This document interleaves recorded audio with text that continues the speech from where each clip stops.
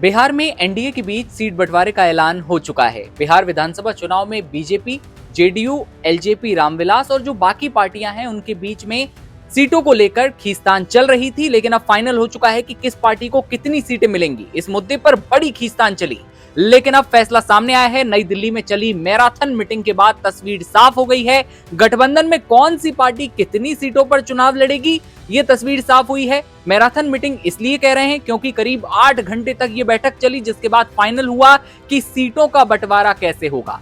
सबसे पहले ऐलान, बीजेपी 101 सीटों पर चुनाव लड़ेगी। इसी के साथ जेडीयू भी 101 सीटों पर चुनाव लड़ने जा रही, यानी कि बराबर बराबर। चिराग पासवान की एलजेपी रामविलास 29 सीटों पर चुनाव लड़ेगी। खबर यह भी है कि चुनाव के साथ साथ चिराग पासवान जो पहले नाराज थे, उन्होंने करीब 35 सीटों की मांग की थी, लेकिन अब फाइनल हो चुका है कि चिराग पासवान जो है 29 सीटों पर अपनी पार्टी के साथ चुनाव लड़ेंगे। यही बता दें कि उपेंद्र कुशवाहा की आरएलएम 6 सीटों पर ताल ठोकेगी और जीतन राम मांझी की पार्टी एचएएम भी 6 सीटों पर चुनाव लड़ने जा रही है। ये तो हो गई कुल बिहार की 243 विधानसभा सीटें, जिन पर एनडीए में सीट बंटवारे का पूरा फॉर्मूला तय हो चुका है। चिराग की नाराजगी को लेकर तमाम तरह की खबरें सामने आ रही थी, क्योंकि खींचतान तो यही चल रही थी कि चिराग पासवान ने करीब 35 से 40 सीटों की मांग की थी, लेकिन उसके बाद नित्यानंद राय के साथ मीटिंग होती है और मीटिंग में से जब वो बाहर आते हैं तो उसके बाद वो बताते हैं कि सब कुछ ठीक है। इधर मांझी साहब नाराज दिखे थे तो चिराग पासवान ने कहा था all is well. Jitan Ram Manjhi की बात करें तो नाराजगी की खबरें बहुत आई। सीटों के ऐलान से पहले उन्होंने ट्वीट किया और इन खबरों पर बैन लगा दिया। कहा, मैं जीतन राम मांझी अपने अंतिम सांस तक माननीय प्रधानमंत्री मोदी जी के साथ रहूंगा। बिहार में बाहर होगी, नीतीश संग मोदी जी की सरकार होगी, ये भी मांझी जी ने लिख दिया। सूत्रों के मुताबिक सीट बंटवारे को लेकर एचएएम से बात बन गई है और अब भविष्य में एक एमएलसी सीट भी एचएएम को मिल सकती है, ऐसा दावा किया जा रहा है। तो अब वहीं बिहार विधानसभा चुनाव को लेकर एनडीए को सीट शेयरिंग का फॉर्मूला अब फाइनली मिल चुका है, क्योंकि आप देखेंगे कि बीजेपी और जेडीयू बिल्कुल बराबर बराबर सीटों पर चुनाव लड़ रहे हैं। 101 सीटें बिल्कुल, यानी कि नीतीश कुमार जी नाराज बिल्कुल ना हो, इस बात का ध्यान रखा गया है। बता दें कि आज 8 घंटे तक चली इस मीटिंग में केंद्रीय गृह मंत्री अमित शाह, भाजपा अध्यक्ष जेपी नड्डा, बिहार बीजेपी प्रदेश अध्यक्ष दिलीप जायसवाल और गठबंधन सहयोगी शामिल हुए। और इस बंटवारे में सबसे बड़ी हिस्सेदारी भारतीय जनता पार्टी की रही है और जनता दल यूनाइटेड के पास भी गई है, जबकि छोटे सहयोगियों को भी सम्मानजनक सीटें मिली हैं। ये फैसला गठबंधन में संतुलन बनाए रखने और आपसी सहमति को साफ तौर पर दिखा रहा है।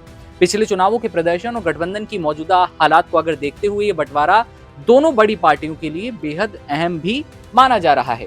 केंद्रीय शिक्षा मंत्री धर्मेंद्र प्रधान ने एक्स पर पोस्ट करके इसकी जानकारी दी और उन्होंने लिखा कि हम एनडीए के साथियों ने सौहार्दपूर्ण वातावरण में सीटों का ऐलान कर दिया है। लिखा कि BJP 101, JDU 101, LJP Ramvilas 29, RLM 6, HAM 6 सीटों पर चुनाव लड़ेगी। एनडीए के सभी दलों के कार्यकर्ता और नेता इसका हर्षपूर्वक स्वागत करते हैं, ये धर्मेंद्र प्रधान ने लिखा। किसी भी तरह की कोई प्रेस कॉन्फ्रेंस नहीं की गई, ये सीधे ट्वीट कर जानकारी इसकी दे दी गई।